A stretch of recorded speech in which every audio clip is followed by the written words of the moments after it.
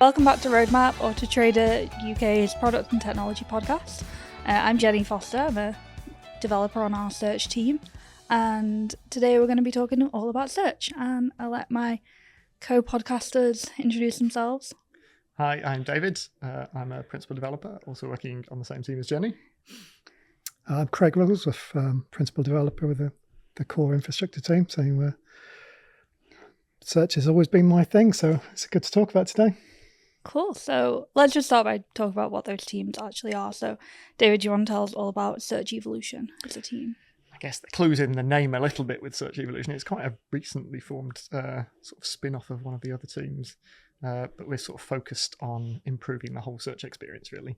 It's been a while since we last changed it, and it's due for a repaint. So we're looking at how we can change the appearance of search, some of the technology behind it, make it quicker, make it easier to use, easier to find the cars or other vehicles that you want. So I work in the core engineering team, and that's what provides the sort of underlying infrastructure to allow the searching to take place. We don't do the front ends, we do the back ends, the infrastructure to get the data in the format that we need it. Cool. So I thought we could start by just talking about what happens when a user goes on AutoTrader, they hit search. What happens next? Should we start at the front end, David? I mean, we use a microservice infrastructure at AutoTrader, so there are a bunch of different applications that it hops through on its way to getting all the way from the initial request that the user makes in the browser, right the way through and then back again. So the first thing it'll hit is Cloudflare. So this is the very first point that anything goes through when you hit AutoTrader, and that does various things, including like bot filtering and preventing DDoS attacks and that sort of thing. So that it'll go through there, and then it'll end up in our infrastructure, and we have a big gateway application where everything on our main website goes through. It'll then go through to our vehicle listing service, which is where all the data comes from. And that's a sort of aggregator app that makes several calls out to other services, gets everything together, all the data that's needed for the search results. On the front end, we have a single page application, which is our search results app. So that uses GraphQL to talk to our backend services. And so it'll get that data from vehicle listing service and then present back the HTML response to the user. So that's as I said, a single page app written in TypeScript using the React framework. And yeah, so we do a bit of server-side rendering, but most of it's client-side rendered. Cool. So you said it was an aggregator and it aggregates a lot of data from different services. So that brings us nicely to you, Craig. Let's talk about those services it aggregates from. Yeah, so I guess the core service that you're getting search results from is what we call Search One. It's one of your industry standard APIs, I guess, that just allows you to query for all the things that make up the page, what you're used to, your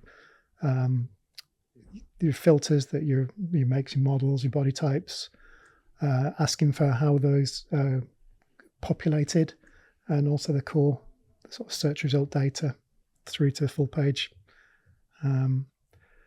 That then gets passed down to our backend database, which we use SOLR for the search results.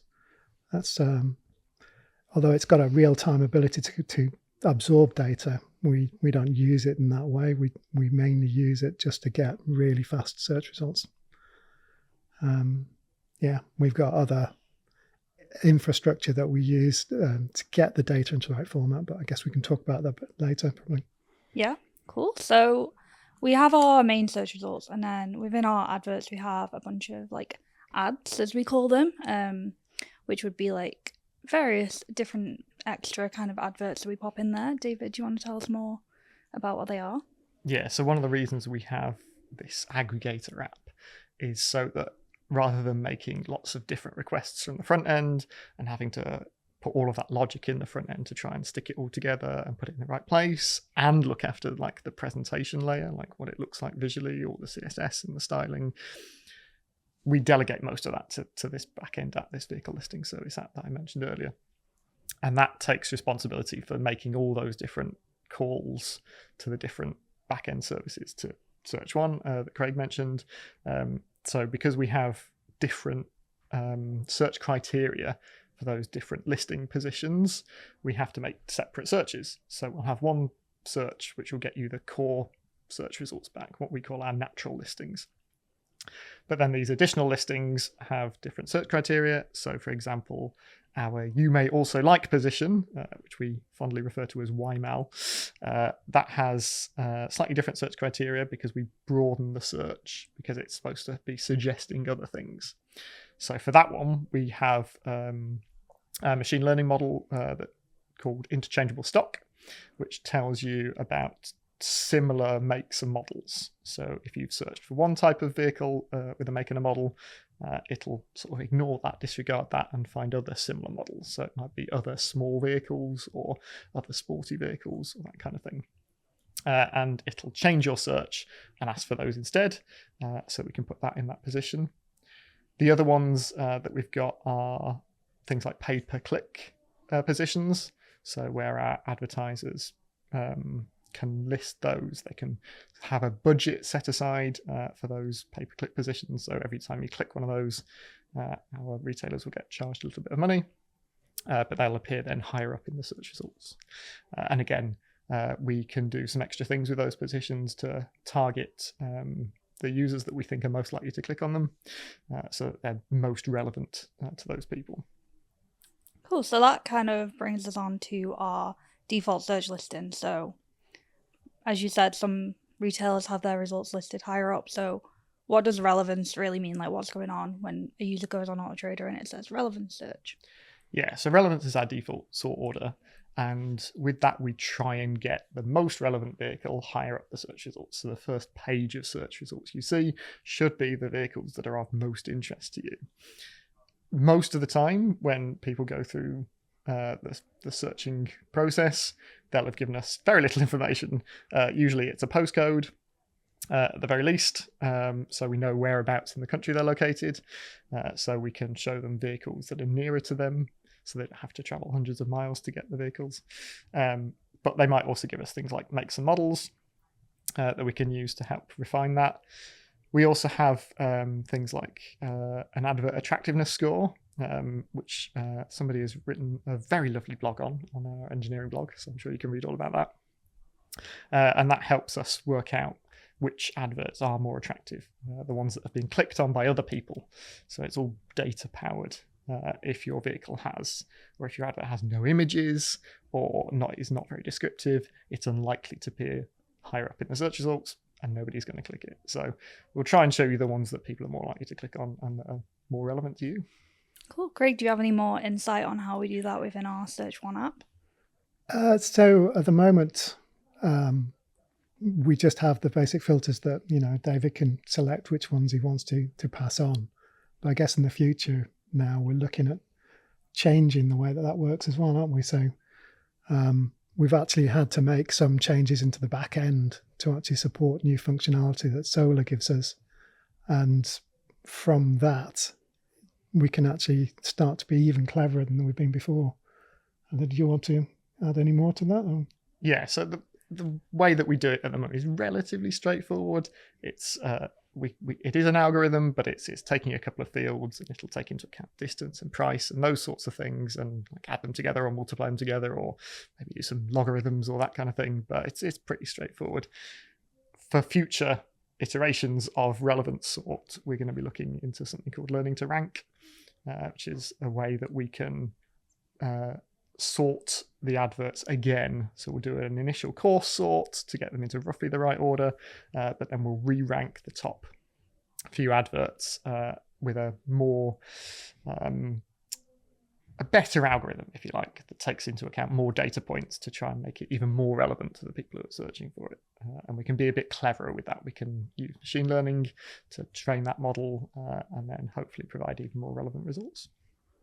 Cool. I guess AI is kind of like a hot topic at the moment. So when we talk about machine learning, like how much AI are we talking? Generative AI, what we're all about at the moment?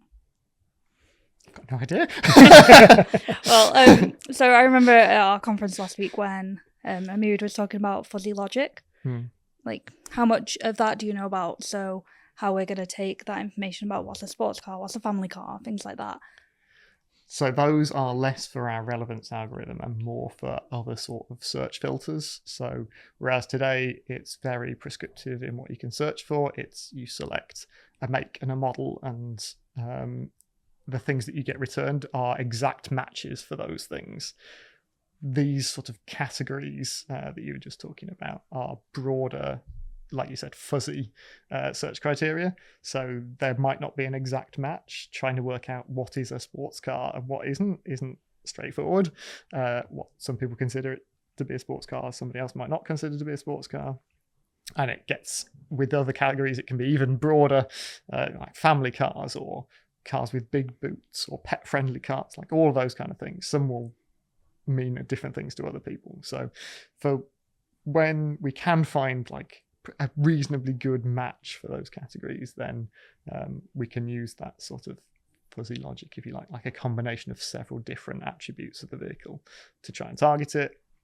Or we can go off and look at things, look at like reviews of vehicles maybe to extract keywords or that kind of thing, and build up an idea of which makes and models or which trims then constitute that category, and use that as part of the process for bringing back these more fuzzy categories. I think at the conference it was quite interesting when you ask about what level of machine learning is involved in it. And one of the data scientists said, well, I could explain this algorithm. It's 4-degree courses. And then gave us a slightly simpler example to try and understand it. But it is an exciting time in a way, because for a long time, really, we've not wanted to mess with search. We've been stabilizing search and getting it into a really good state. And now we feel that we've got that. We're starting to branch out a bit more, which means, you know, we've had to sort of build a bit of a performance testing environment to see what the impact of these changes are, because it's completely new stuff, isn't it? It's a new area of Solr that we've never used before. It's a new way of thinking about the data. So yeah, it's quite exciting, that, I think. Yeah, there's always this sort of, I guess, tension maybe between our data scientists and analysts who are coming up with these incredibly inventive, clever ways of doing things that are way beyond me, and then we have to sort of practically try and implement them without blowing everything up and using thousands of CPU cores and keeping it sort of within reason. So when they come to us with this beautiful 3-tiered cake full of piped icing and decorations, we might have to go, oh, actually, can we just have a plain Victoria sponge, please? Yeah, it's a difficult balance, especially for you, David, being our sustainability lead, which is not what let's talk about, but there's a lot of talk about AI being really, really kind of dangerous for the environment and using a lot of power and stuff. So how much do you use your sustainability influence to push back on this? Not a huge amount. Within reason, we don't just want to arbitrarily scale our services up to the degree where it's satisfying this wonderful idea that people have had, but actually doesn't deliver anything like super impressive. If there's a 1% gain by using an extra 10 CPU cores, then you don't need it, do you? Because it's not just sustainability, but it's money as well. So everyone's obviously looking at the bottom line of that when we're talking about cloud infrastructure.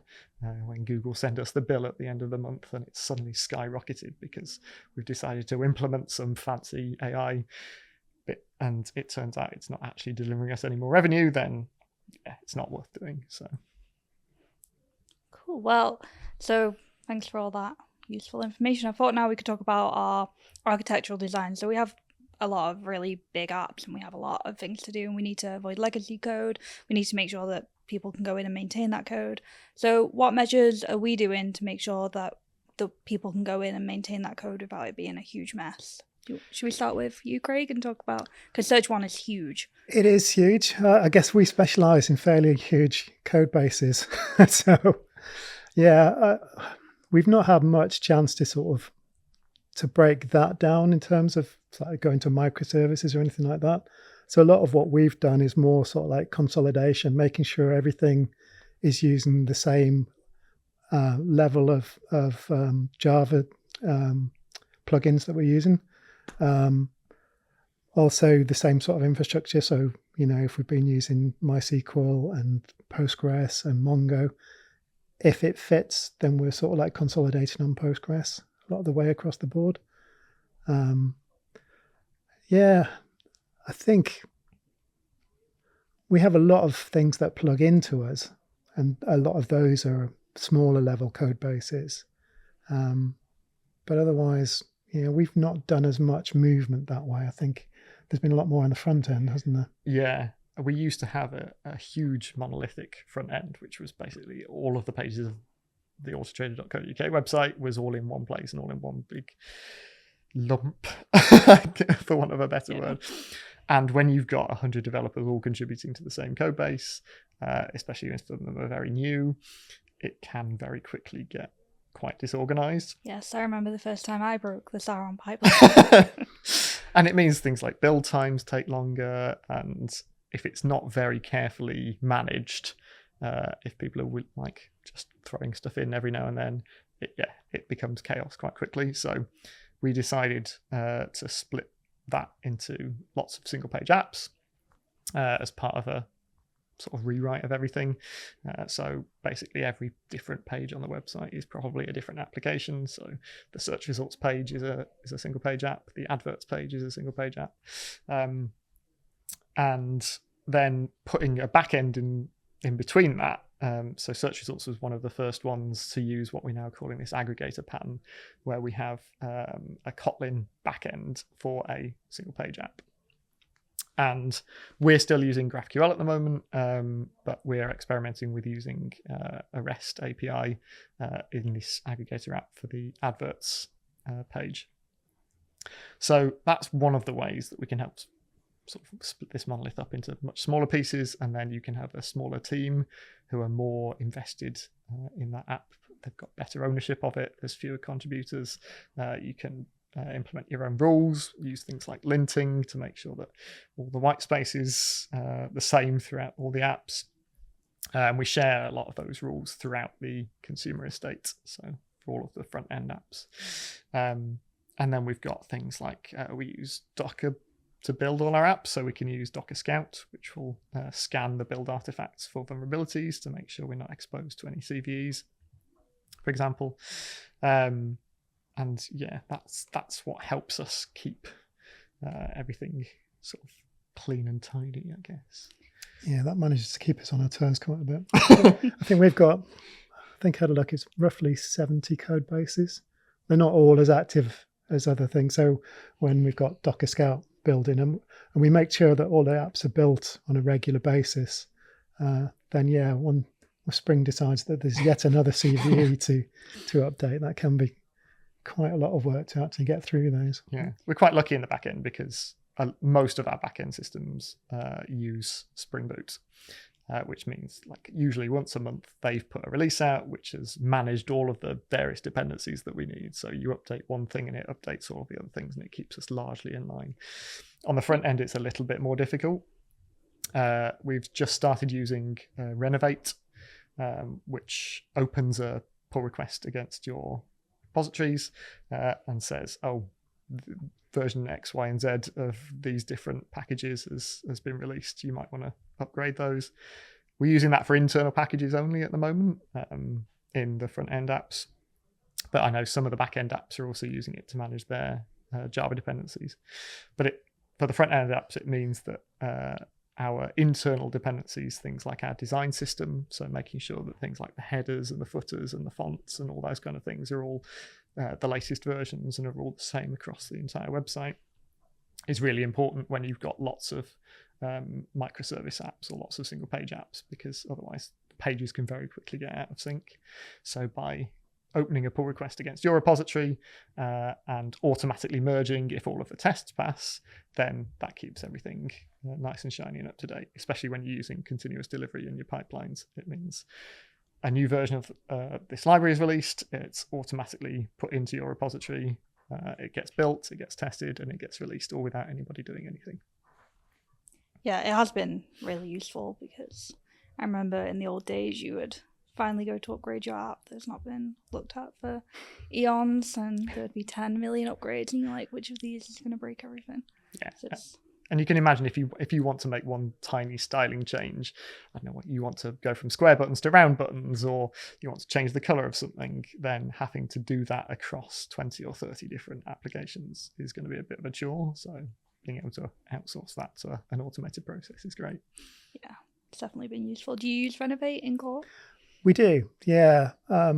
Something like Search One or some of our sort of like more critical apps, we've tended not to go to it just yet, but a lot of the smaller apps that just keep tickling along, those are definitely on it. Yeah. I think that's when it's most helpful. If there's an app that's being actively worked on, there's generally somebody putting in the time to keep it up to date, whereas the ones that are fairly stable and look after themselves are the ones that need that happening in the background automatically. And some of our apps, if we break it, like I looked at Search One, and I think there's 70 other apps that are connecting to Search One. So if we put a release out of Search One that breaks something, we the big blast radius. Yeah, definitely. Cool. So I thought we could talk about data. So we have a lot of data. This is kind of your remit, Craig. So what do we do to make sure our data is correct and consistent and keep up to date and things like that? Yeah, that is basically our raison d'etre in the core team. And I guess what we've talked about so far a lot has been sort of like what you see on the front end, but there's a lot of steps before we get to that. So we don't want everybody to have to come to AutoTrader and have to type in that their car goes 0 to 60 in 3 seconds and that the size is this. What we've got is a taxonomy that represents all the cars that you can possibly get. And that's been a big step to get to that. We had to rely on other companies for this data previously, but we've done a lot of work and now got our own taxonomy. So we've got control over the data quality. Although we still have to get a lot of this data from other people. So we have to deal with that sort of the quality that comes to us as well. But because we're now responsible for it, we can make those changes as we need to. So yeah, a lot of our work is to actually build up this taxonomy so that you can put in your reg and straight away you've got all of the details to populate up an advert with everything that we possibly need. And we're always building on that, so it's more accurate now. And we're also working on getting the data where a manufacturer's had like options put on the car when somebody's ordered it. We're starting to get that data. Now, some of the problems that we've got is that we can't make it unfair for other people. So we have to get a good quality data across a good set before we can really rely on that sort of thing. So we had that when electric cars first came along. Everyone wants to know what the car, how far the car will go, how quickly it charges. And we have to sort of build up that data to get to the point where we can really sort of push it out in a good quality state. So there's that, the taxonomy side of it, things like vehicle checks, that sort of thing, to prove that your car is actually being is fit to be sold, basically, that it's not being written off, the police aren't interested in it, and all these kinds of things. We've done a lot of work with that. It's actually quite hard to get a lot of this data. There's been months and months of people in the team just sort of chasing to get things signed off. So yeah, that's a big step forward now that we've got that. So someone places an advert, we enhance it with the data that we've got, and then push it to Search One and ultimately SOLR. And SOLR is like our aggregation database. So there's different systems throughout the company where orders are placed or extra data is brought in, information about the dealers that are advertising or the private advertisers. All of this has to feed into Search One and ultimately to SOLR. Cool. What about when a dealer updates their description? Yeah, you'd be surprised how many updates we get as well. I've always been flabbergasted by the number of updates that come through. So when a dealer updates the description, there are different ways that it can come in as well. We have like online tools that dealers can edit details with. A lot of the bigger dealers will actually sort of be sending us data files, or as we now try to get it to actually go through an API and supply that data in an automated process, or they send their data to other integrators who actually send us that data. There's so many different ways that the data can come in. It's quite complex, but ultimately a small change comes through to the advert. It's pushed through almost instantly to SOLR, but to control the updates that we've got and to make the search work faster, there'll be several minutes before it actually appears on the site. Cool. Yeah, it's I remember when I used to work in data back years ago, and all that vehicle data used to be all over the place, and trying to get a reply from a third party can take a long time. Yeah, and now we can use our call centers as well to actually provide that support to people. So it's amazing. much better overall experience, I think. Yeah, definitely. Cool. So moving on to when we release. So whenever we make releases to search, it's kind of scary. And you don't want to break search, so you have to make sure you don't.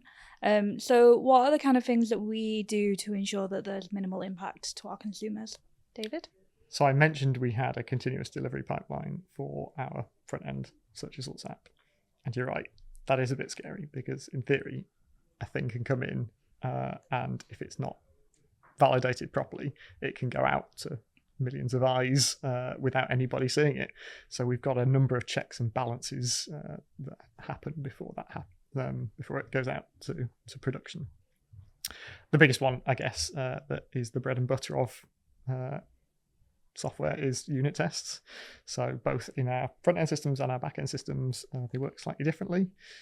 In our back-end systems, we generally have a lot of small, easily testable methods. So these unit tests are really useful for that, where you've got a function that is doing a very simple thing, like maybe not quite as simple as adding two numbers together, but it might be responsible for formatting a price, for example, putting a pound sign and some commas in it.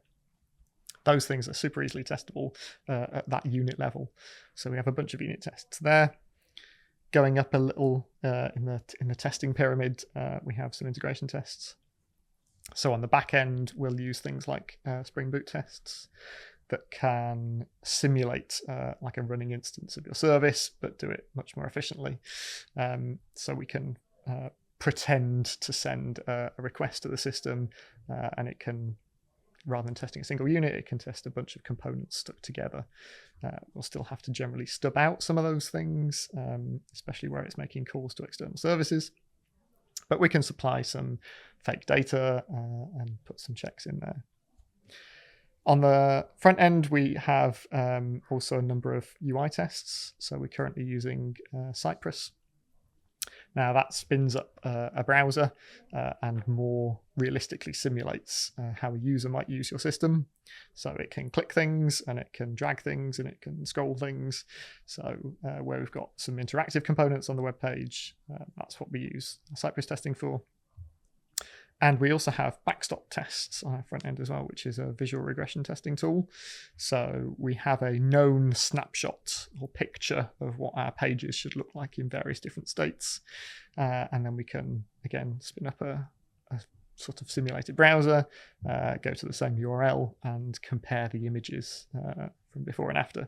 So that if, for example, a design system change came in that changed the color of a button or that changed the layout of the page so that something was too big and it didn't fit anymore and the lines flowed on to new lines, or things didn't align quite properly. They're quite difficult to test any other way, but with this visual regression testing system, we can compare the two images and it'll fail the build if there's too much of a difference between them. We do generally allow a small tolerance just because it can be a bit annoying when they fail too often because of a tiny layout shift. But we've pretty much got the hang of it now, so that it does notify us when big changes happen that we need to be super on. Yeah. We've also got integration tests on the back-end side where we can use things like wiremock to simulate the responses from other services. So we can put a stubbed response from search 1, for example, in our vehicle listing service, make an actual request to a running instance of the service, fake the data that's coming back and make assertions that it's gone through all the various transformations correctly to go from the I guess raw response that we'd get from search 1 into the more refined response that we need to provide the data for the search results. Cool. I guess that helps us with our testing so that we don't have to rely on there being a forward focus on search 1 at that time. Especially in our pre-production environment, Yes. and where sometimes we've got a known set of data, but anybody in the workplace can go in and change that. They might change the prices, they might change the images, and then of course in production the data's changing all the time, so you can't guarantee that anything's going to be there at any point. So it's definitely been annoying in the past when we've relied on it and then it's just broken because we don't have a BMW bike anymore. There's trade-offs obviously when you're using fake data, because sometimes the APIs change, you get more data added and you're going to have to update your data stubs, or some things get removed, and if you don't remember to take it out of your bit as well, then you think it's still there because all your tests are passing, but actually it's disappeared. So there's pros and cons to each of them, but we generally find using the stub data makes our tests more reliable. Cool. Do you have similar testing in? Yeah, we have a lot of similar things other than the front end, obviously, because we just go up to the API level. We use Cucumber tests in quite a lot of our apps, some specific integration tests, and we use a lot of Docker images, so to make sure we've actually got a Solr or a Kafka or whatever we need, a Postgres instance that we can just write data into and test that the right things are going through at the right time. Yeah, it's the platform has come on a long way, hasn't it, to provide the infrastructure that we need to build on that. With Docker especially, I mean, it's all very well using like an in-memory database like H2 or something, but when you're running queries against it, you can't guarantee that your in-memory database behaves the same as the running Postgres instance. So being able to run it against an actual running version of the thing is much, much better. Definitely been caught with H2 over the years several times, especially in the old days of Oracle when the syntax would be slightly different between the two. It was like... Cool. So before we wrap up, I thought it might be nice to quickly mention our A/B tests and how they work.